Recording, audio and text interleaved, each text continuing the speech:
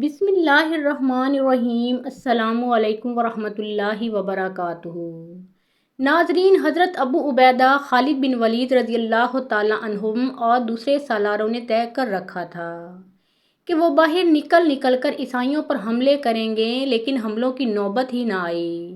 محاصرے کا چوتھا یا پانچواں دن تھا، عیسائیوں میں ہڑبہنگ سی برپا ہو گئی۔ ان پر کوئی مصیبت نازل ہو گئی تھی یا ہو رہی تھی۔ مسلمان جو دیوار پر کھڑے تھے وہ حیرت سے دیکھ رہے تھے کہ انہیں ہوا کیا ہے۔ دور افق سے گرد اٹھنے لگی جو پھیلتی اور اوپر ہی اوپر اٹھتی گئی۔ یہ کسی قافلے کی اڑائی ہوئی گرد نہیں تھی، فوج کی گرد معلوم ہوتی تھی۔ عیسائیوں میں جو افراتفری برپا ہوئی تھی وہ زیادہ ہو گئی اور وہ لڑنے کی ترتیب میں آنے لگے۔ گرد ابھی دور ہی تھی، عیسائیوں نے محاصرہ اٹھا دیا اور وہ بڑی تیزی سے ایک سمت کو روانہ ہو گئے۔ مسلمانوں نے قلعے کی دیواروں پر نعرے لگانے شروع کر دیے۔ گرد میں سے ایک فوج آہستہ آہستہ نمودار ہونے لگی۔ یہ مسلمانوں کی فوج تھی، عیسائیوں کو اس کی آمد کی اطلاع پہلے ہی مل گئی تھی۔ مورخوں نے لکھا ہے کہ عیسائی غیر تربیت یافتہ تھے، وہ وہاں رکتے تو خود مارے جاتے۔ حمص کے دروازے کھل جاتے اور اندر سے بھی مسلمانوں کی فوج باہر آ جاتی۔ عیسائیوں کا انجام بہت برا ہوتا۔ انہوں نے یہ خطرہ بھی دیکھ لیا تھا کہ وہ اپنی بستیوں میں کوئی فوج نہیں چھوڑ آئے تھے۔ لڑائی کی صورت میں مسلمانوں نے انہیں شکست دے کر ان بستیوں پر ٹوٹ پڑنا تھا۔ مسلمانوں کی یہ فوج جو حمص میں محصور فوج کی مدد کو آئی تھی، یہ 4000 سوار تھے جو قعقاع بن عمرو کے زیر کمان تھے۔ یہ سوار اس طرح آئے تھے کہ خلیفۃ الرسول عمر بن خطاب رضی اللہ تعالیٰ عنہ کو حضرت ابو عبیدہ رضی اللہ تعالیٰ عنہ کا پیغام ملا تھا۔ چنانچہ انہوں نے سعد بن ابی وقاص کو، جو عراق میں مقیم مسلمانوں کی فوج کے سپہ سالار تھے، ان کو حکم بھیجا کہ سالار قعقاع بن عمرو کو 4000 سوار دے کر حضرت ابو عبیدہ کی مدد کے لیے حمص میں بھیج دیا جائے۔ اس طرح قعقاع محصور مسلمانوں کی مدد کو پہنچ گئے۔ انہیں دیکھ کر ہی عیسائی محاصرہ اٹھا کر چلے گئے۔ خلیفہ کے حکم کے مطابق جزیرہ کے تمام علاقے کو مسلمانوں نے اپنی عملداری میں لے لیا۔ عیسائیوں کے خلاف کوئی تادیبی کارروائی نہیں کی گئی۔ اگر کہیں عیسائیوں نے مسلح مزاحمت کی تو ان کے خلاف جنگی کارروائی کی گئی۔ شمالی سرحد کو تخریب کاری سے بچانے کے لیے حضرت ابو عبیدہ نے سرحد پار جا کر حملے شروع کر دیے۔ اس سے شام میں امن و امان ہو گیا۔ ناظرین، عمر بن الخطاب نے عدل و انصاف میں شہرت پائی ہے۔ عدل فاروقی ضرب المثل کے طور پر استعمال ہوتا ہے۔ ان کے عدل کی لاٹھی سے سب یکساں طور پر ہانکے جاتے تھے۔ ان کی لاٹھی غربت اور امارت، رنگ اور نسل، آقا اور غلام کو نہیں پہچانتی تھی۔ اس دور میں خالد بن ولید رضی اللہ تعالیٰ عنہ کی ٹکر کا کون سا ایسا سالار تھا جس نے اسلام کو شام، اردن اور فلسطین تک پھیلا دیا ہو؟ اس میں کسی شک و شبہ کی گنجائش نہیں کہ خالد بن ولید رضی اللہ تعالیٰ عنہ نہ ہوتے تو بیت المقدس کی فتح اتنی آسان بھی نہ ہوتی۔ عمر بن خطاب رضی اللہ تعالیٰ عنہ ذاتی طور پر جانتے تھے کہ کیسر و کسرا کے خلاف بعض فتوحات اس لیے ممکن ہو سکی تھیں کہ خالد بن ولید رضی اللہ تعالیٰ عنہ نے غیر معمولی طور پر دلیرانہ فیصلے کیے تھے۔ حضرت ابو عبیدہ رضی اللہ تعالیٰ عنہ ٹھنڈے مزاج کے سالار تھے۔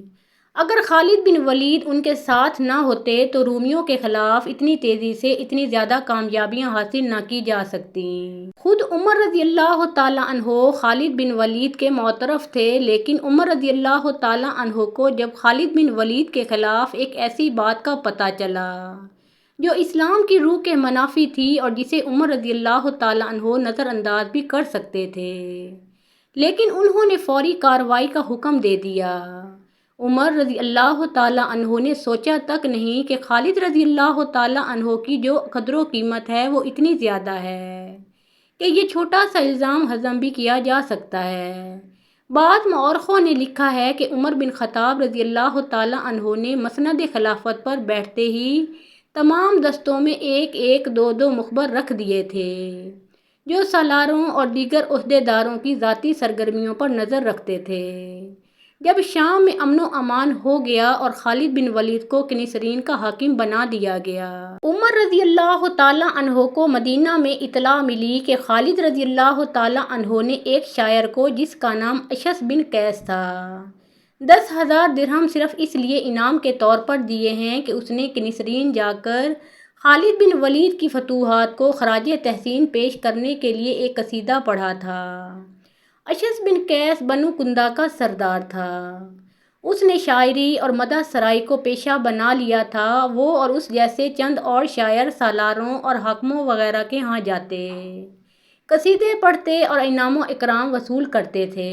اسی ضمن میں اشعث بن قیس کنسرین خالد بن ولید کے ہاں جا پہنچا۔ خالد رضی اللہ تعالیٰ عنہ امیر باپ کے بیٹے تھے، انہوں نے غربت دیکھی ہی نہیں تھی۔ وہ شہزادوں کی طرح پلے بڑھے تھے۔ یہ تو ان کی عظمت تھی کہ صحیح معنوں میں شہزادہ ہوتے ہوئے انہوں نے آدھی عمر میدان جنگ میں پیش قدمیوں میں زمین پر سوتے اور گھوڑے کی پیٹھ پر گزار دی تھی۔ وہ طبعاً خوش ذوق تھے، فیاض تھے۔ انہوں نے اس شاعر کو جو انعام دیا تھا وہ اپنی جیب سے دیا تھا۔ خالد رضی اللہ تعالیٰ عنہ نے دشمن کے بے شمار سالاروں کو ذاتی مقابلوں میں قتل کیا تھا۔ ان کے مال و اموال خالد بن ولید کے حصے میں آئے تھے۔ تاریخ گواہ ہے کہ خالد بن ولید نے اتنا مال و دولت اپنے پاس رکھا ہی نہیں تھا۔ مورخوں نے لکھا ہے کہ شام کی جنگ ختم ہوئی تو خالد بن ولید رضی اللہ تعالیٰ عنہ نے اپنے سوار دستے کے سواروں کو اپنی جیب سے نقد انعامات دیے تھے۔ ان کے سوار دستے نے جو کارنامے کر دکھائے تھے وہ ہم بیان کر چکے ہیں۔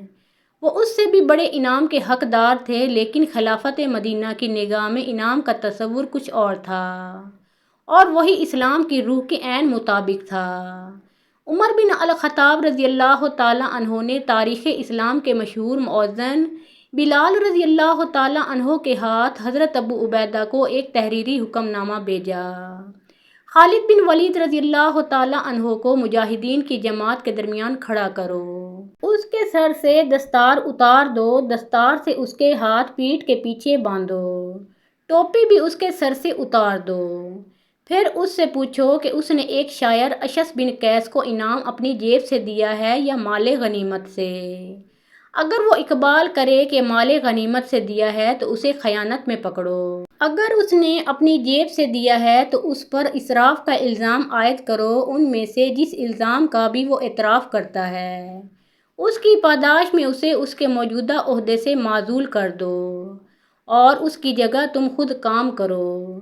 یہ عربوں کا رواج تھا کہ جس پر کوئی الزام ہوتا تھا اس کے ہاتھ اسی کی پگڑی سے باندھ کر لوگوں کے سامنے پوچھا جاتا تھا کہ اس نے یہ جرم کیا ہے یا نہیں۔ ایک عام آدمی کے ساتھ یہی سلوک ہوتا تھا، لیکن عمر رضی اللہ تعالیٰ عنہ نے خالد بن ولید رضی اللہ تعالیٰ عنہ جیسے عظیم اور تاریخ ساز سالار کو بھی عام آدمی کی سطح پر کھڑا کر دیا۔ مورخوں نے لکھا ہے کہ ابو عبیدہ نے جب یہ حکم پڑھا تو ان پر سناٹا طاری ہو گیا۔ اگر عمر رضی اللہ تعالیٰ عنہ ابو عبیدہ کو تھوڑی سی بھی اجازت دے دیتے کہ وہ یہ تحقیقات اپنے طور پر کریں تو حضرت ابو عبیدہ خالد بن ولید کے ساتھ یہ طریقہ اختیار نہ کرتے، لیکن وہ جانتے تھے کہ عمر رضی اللہ تعالیٰ عنہ ڈسپلن اور عدل و انصاف کے معاملے میں کس قدر سخت ہیں۔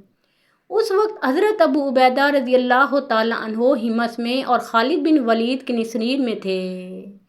حضرت ابو عبیدہ نے قاصد کو بھیجا کہ وہ کنسرین سے خالد بن ولید کو بلا لائے۔ خالد رضی اللہ تعالیٰ عنہ جب حمص پہنچے تو حضرت ابو عبیدہ کے چہرے پر اداسی کے آثار دیکھے۔ امیر المومنین نے تجھ پر الزام عائد کیا ہے کہ تو نے 10,000 درہم اشعث کو دیے ہیں۔ وہ اگر مال غنیمت میں سے دیے ہیں تو یہ خیانت کا جرم ہے، اور اگر اپنی جیب سے دیے ہیں تو یہ فضول خرچی ہے جو کہ اسلام کی نگاہ میں ناجائز ہے۔ بلال رضی اللہ تعالیٰ عنہ یہی جواب لینے آیا ہے۔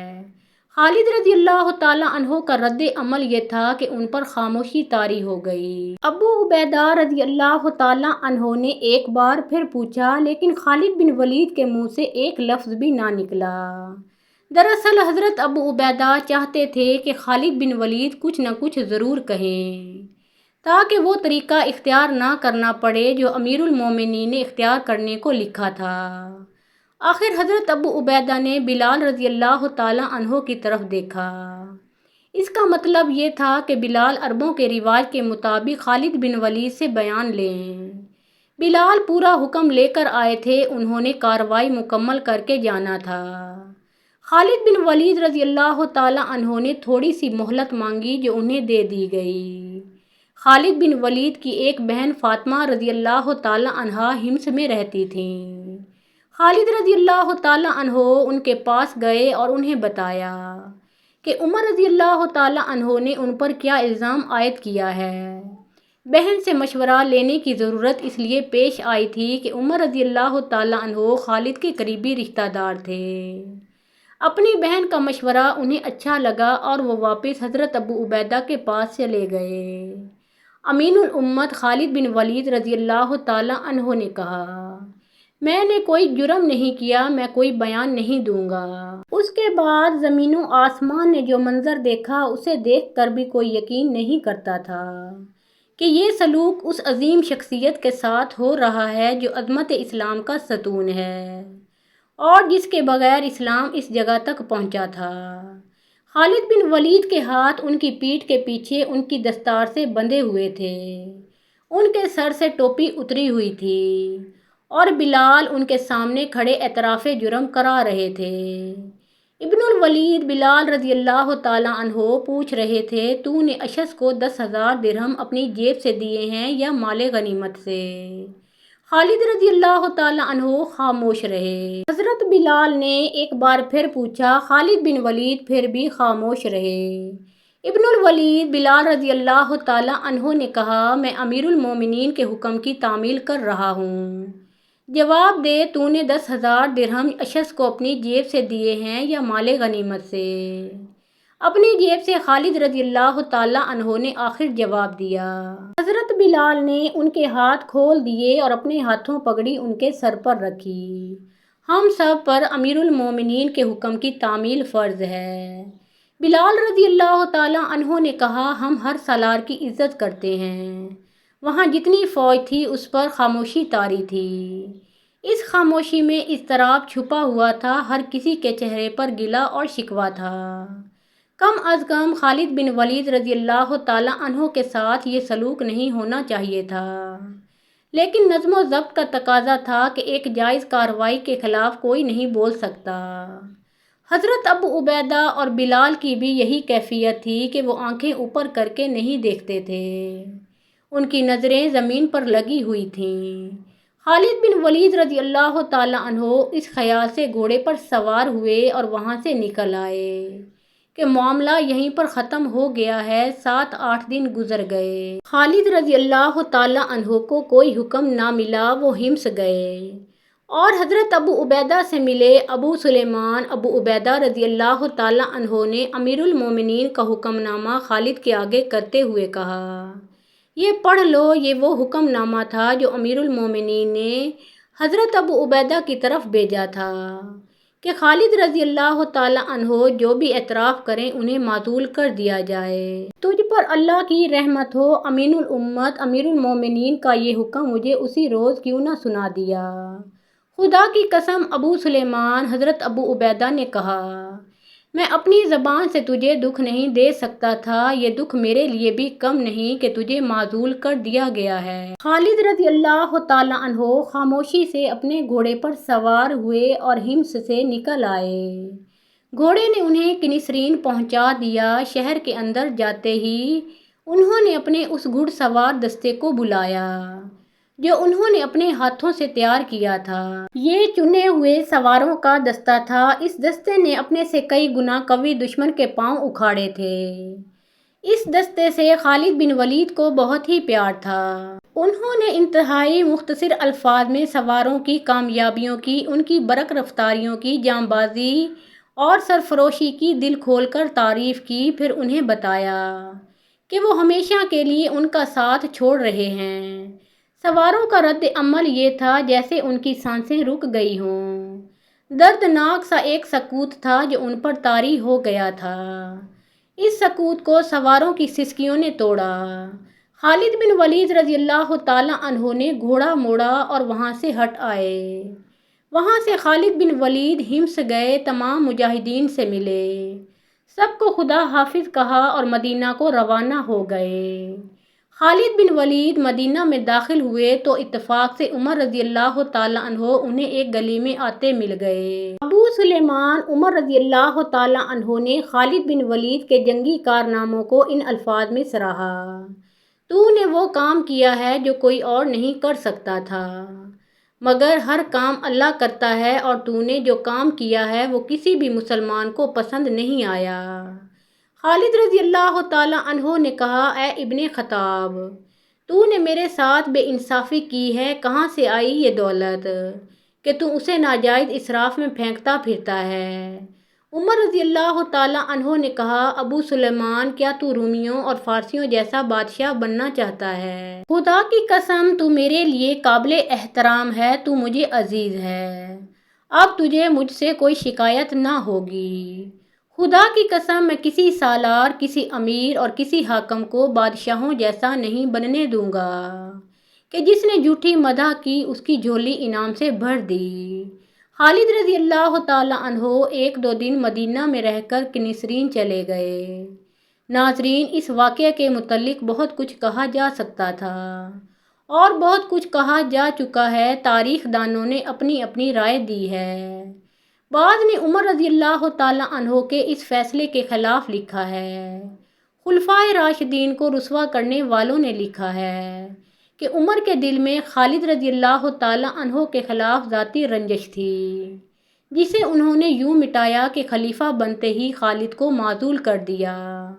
حقیقت کچھ اور تھی۔ اگر ہم آج کے دور کو اور آج کے حکمرانوں کو سامنے رکھ کر سوچیں تو عمر رضی اللہ تعالیٰ عنہ کا یہ فیصلہ اچھا نہیں لگتا، اور اگر ہم اس دور کو تصور میں لائیں اور گہرائی میں جائیں تو ہم اس نتیجے پر پہنچتے ہیں کہ عمر رضی اللہ تعالیٰ عنہ کا فیصلہ صحیح تھا۔ غور کیجئے، عمر رضی اللہ تعالیٰ عنہ نے کہا تھا کہ تم بادشاہ بننا چاہتے ہو۔ بادشاہوں کے انداز یہی ہوتے ہیں کہ جس نے تعریف میں دو کلمے دیے تو اسے انعام و اکرام سے مالا مال کر دیا۔ غور کیجئے، عمر بن خطاب کی نظر آنے والے وقت کے پردے چاک کر کے کتنی دور چلی گئی تھی۔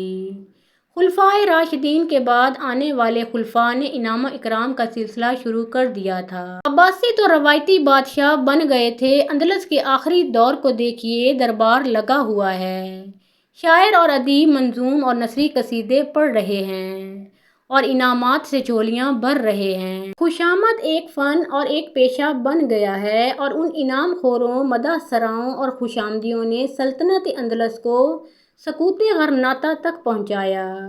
اس کے بعد سلطنت اسلامیہ بادشاہوں میں بٹ گئی۔ ہندوستان میں مغلیہ سلطنت کے انعام مشہور ہوئے اور اس سلطنت کو زوال آیا۔ اب پاکستان میں دیکھ لیں، انعام و اکرام کا وہی مذموم سلسلہ چل رہا ہے جسے اسلام نے ناجائز اسراف قرار دیا تھا۔ خالد بن ولید رضی اللہ تعالیٰ عنہ نے تو اپنی جیب سے انعام دیا اور معزولی کی سزا پائی تھی، لیکن ہمارے حکمران سرکاری خزانے سے انعام دیتے چلے جا رہے ہیں۔ عمر رضی اللہ تعالیٰ عنہ نے اس لیے بھی خالد بن ولید کو نہیں بخشا تھا کہ عدل و انصاف اور سزا میں چھوٹے بڑے کا فرق نہ رہے۔ انہوں نے سوچا تھا کہ انہوں نے خالد بن ولید کو معاف کر دیا تو یہ دستور بن جائے گا کہ سالار، امیر، حاکم اور حیثیت والے افراد کو سزا مل ہی نہیں سکتی اور اسلامی معاشرہ چھوٹے اور بڑے میں بٹ جائے گا۔ عمر رضی اللہ تعالیٰ عنہ احکام منوانے میں اس قدر سخت تھے کہ انہوں نے اپنے بیٹے کو 100 کوڑوں کی سزا دی تھی۔ 80 کوڑے مارے گئے تو ان کا بیٹا مر گیا۔ عمر رضی اللہ تعالیٰ عنہ کو اطلاع دی گئی۔ انہوں نے حکم دیا کہ 100 کوڑے پورے کرو، باقی 20 کوڑے اس کی لاش پر مارو۔ ناظرین، مدینہ سے خالد بن ولید کنسرین گئے اور وہاں سے ہمس چلے گئے۔ ان کی عمر کے باقی 4 سال وہیں گزرے۔ ایک وقت آیا کہ خالد بن ولید تنگ دست ہو گئے۔ اہل قریش کا شہزادہ، میدان جنگ کا بادشاہ، دل کا سخی اور فیاض، ہزاروں درہم حقداروں میں تقسیم کر دینے والا انسان مفلسی کے چنگل میں آ گیا۔ تھوڑے ہی عرصے کے بعد عمر رضی اللہ تعالیٰ عنہ نے کچھ مسلمانوں کے لیے وظیفہ مقرر کیا تھا جو کہ 3000 درہم سالانہ تھا۔ یہ خالد بن ولید کو بھی ملنے لگا۔ اس سے وہ حمص میں اپنے کنبے کے ساتھ زندگی کے دن پورے کرنے لگے۔ جنوری فروری 639 عیسوی 18 ہجری میں انہیں ایک اور صدمہ برداشت کرنا پڑا۔ فلسطین کے ایک قصبے امواس میں طاعون کی وبا پھوٹ پڑی جو دیکھتے ہی دیکھتے تمام فلسطین اور شام میں پھیل گئی۔ لوگ بڑی تیزی سے موت کا شکار ہونے لگے۔ یہاں ابو عبیدہ کے کردار کا ذکر بے محل نہ ہوگا۔ مورخ لکھتے ہیں کہ امیر المومنین عمر رضی اللہ تعالیٰ عنہ نے ابو عبیدہ کو پیغام بھیجا کہ وہ مدینہ آ جائیں۔ حضرت ابو عبیدہ نے جواب دیا کہ میرے جن ساتھیوں نے میدان جنگ میں کبھی ساتھ نہیں چھوڑا تھا انہیں میں طاعون کے ڈر سے چھوڑ کر نہیں آؤں گا۔ چنانچہ وہ اپنی فوج کے ساتھ رہے اور طاعون کے حملے سے رحلت فرما گئے۔ خالد بن ولید کے تمام ساتھی سالار جن کے ساتھ انہوں نے بڑی خوفناک جنگیں لڑی تھیں وہ سب طاعون سے انتقال کر گئے۔ ان میں حضرت ابو عبیدہ، شرجیل بن حسنہ، زرار بن الازور، یزید بن ابو سفیان رضی اللہ تعالیٰ عنہم بھی شامل تھے۔ خالد بن ولید کے اپنے بہت سے بیٹے طاعون کا شکار ہو گئے۔ ایک باپ کے لیے یہ صدمہ ناقابل برداشت تھا۔ طاعون کی اس وبا میں 25,000 مسلمان اللہ کو پیارے ہو گئے۔ حضرت ابو عبیدہ رضی اللہ تعالیٰ عنہ کے انتقال کے بعد سپہ سالاری عمر بن العاص کو ملی۔ خالد بن ولید جب مجاہدین کی نئی فتح کی خبر سنتے تو ان کے چہرے پر روانی آ جاتی تھی۔ 642 عیسوی 21 ہجری میں خالد بن ولید کو ایسی بیماری نے آ لیا جو انہیں بڑی تیزی سے کھانے لگی۔ ان کا جسم گھلتا چلا گیا۔ ایک روز ایک دوست انہیں دیکھنے آیا۔ غور سے دیکھ خالد بن ولید رضی اللہ تعالیٰ عنہ نے اپنی ایک ٹانگ ننگی کر کے دوست کو دکھائی اور پوچھا، میری ٹانگ پر کوئی جگہ تجھے نظر آئی ہے جہاں تیر، تلوار یا برچی کا زخم نہ ہو؟ دوست کو ایسی کوئی جگہ نظر نہ آئی جہاں زخم نہ تھا۔ خالد رضی اللہ تعالیٰ عنہ نے دوسری ٹانگ ننگی کر کے دوست کو دکھائی اور یہی سوال پوچھا۔ پھر دونوں بازو باری باری ننگے کیے اور یہی سوال پوچھا۔ پھر سینہ اور پیٹھ دکھائی۔ دوست کو ایک بالشت سے زیادہ کوئی جگہ نظر نہ آئی جہاں زخم کا نشان نہ ہو۔ کیا تو نہیں جانتا کہ میں نے کتنی جنگیں لڑی ہیں؟ خالد رضی اللہ تعالیٰ عنہ نے بڑی نحیف آواز میں کہا، پھر میں شہید کیوں نہ ہوا؟ میں لڑتے ہوئے کیوں نہ مرا؟ تو میدان جنگ میں نہیں مر سکتا تھا ابو سلیمان؟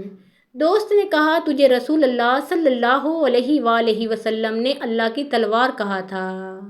یہ رسول اکرم صلی اللہ علیہ وآلہ وسلم کی پیش گوئی تھی کہ تو میدان جنگ میں نہیں مارا جائے گا۔ اگر مارا جاتا تو سب کہتے کہ ایک کافر نے اسلام کی تلوار توڑ دی ہے۔ ایسا ہو نہیں سکتا تھا، تو اسلام کی شمشیر بے نیام تھا۔ انتقال کے وقت خالد رضی اللہ تعالیٰ عنہ کے پاس ان کا ایک ملازم تھا۔ نزاع کے عالم میں خالد رضی اللہ تعالیٰ عنہ نے کہا، بستر پر مرنا میرے لیے شرمناک ہے۔ اور خالد رضی اللہ تعالیٰ عنہ اس اللہ کے حضور پہنچ گئے جس کی وہ شمشیر تھے۔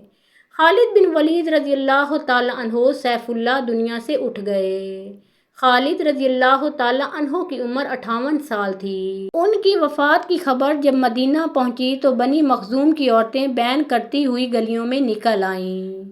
مدینہ کی دوسری عورتیں بھی باہر آ گئیں اور مدینہ ماتم کدہ بن گیا۔ امیر المومنین عمر رضی اللہ تعالیٰ عنہ نے خلافت کی مسند پر بیٹھتے ہی حکم جاری کیا تھا کہ کسی کی وفات پر گریہ زاری نہیں کی جائے گی۔ ان کے اس حکم پر سختی سے عمل ہوتا رہا تھا، مگر خالد رضی اللہ تعالیٰ عنہ کی وفات پر عورتیں گھروں سے باہر آ کر بیان کر رہی تھیں۔ عمر رضی اللہ تعالیٰ عنہ نے اپنے گھر میں بیٹھے ہوئے یہ آوازیں سنی تو وہ غصے سے اٹھے اور دیوار کے ساتھ لٹکتا ہوا درہ لے کر تیزی سے باہر کو چلے، لیکن دروازے میں رک گئے، کچھ دیر سوچ کر واپس آ گئے اور درہ وہیں لٹکا دیا جہاں سے اٹھایا تھا۔ بنی مخزوم کی عورتوں کو رونے کی اجازت ہے۔ عمر رضی اللہ تعالیٰ عنہ نے اعلان کیا، انہیں ابو سلیمان کا ماتم کر لینے دو۔ ان کا رونا دکھاوے کا نہیں، رونے والے ابو سلیمان جیسوں پر ہی رویا کرتے ہیں۔ حمص میں بڑا حسین اور خوبصورت ایک باغ ہے۔ پھولوں کے کیارے ہیں، درمیان میں راستے ہیں، درخت ہیں۔ اس باغ میں ایک مسجد ہے جو مسجد خالد بن ولید رضی اللہ تعالیٰ عنہ کے نام سے مشہور ہے۔ بہت دلکش مسجد ہے۔ اس مسجد کے ایک کونے میں خالد بن ولید رضی اللہ تعالیٰ عنہ کی قبر ہے۔ خالد بن ولید کی داستان شجاعت جاننے والوں کو آج بھی جیسے اس مسجد میں جا کر للکار سنائی دیتی ہے، آنا فارس الجدید، آنا خالد بن ولید۔ محترم ناظرین، آج ہم نے اپنے چینل پر خالد بن ولید سیریز کو مکمل کر لیا ہے۔ آپ کو خالد بن ولید کا یہ تاریخی واقعہ کیسا لگا؟ اپنی قیمتی رائے کا اظہار نیچے کامنٹ باکس میں ضرور کیجیے اور پیارے آقا محمد مصطفیٰ صلی اللہ علیہ وآلہ وسلم کا پیارا نام کامنٹ سیکشن میں ضرور لکھیے۔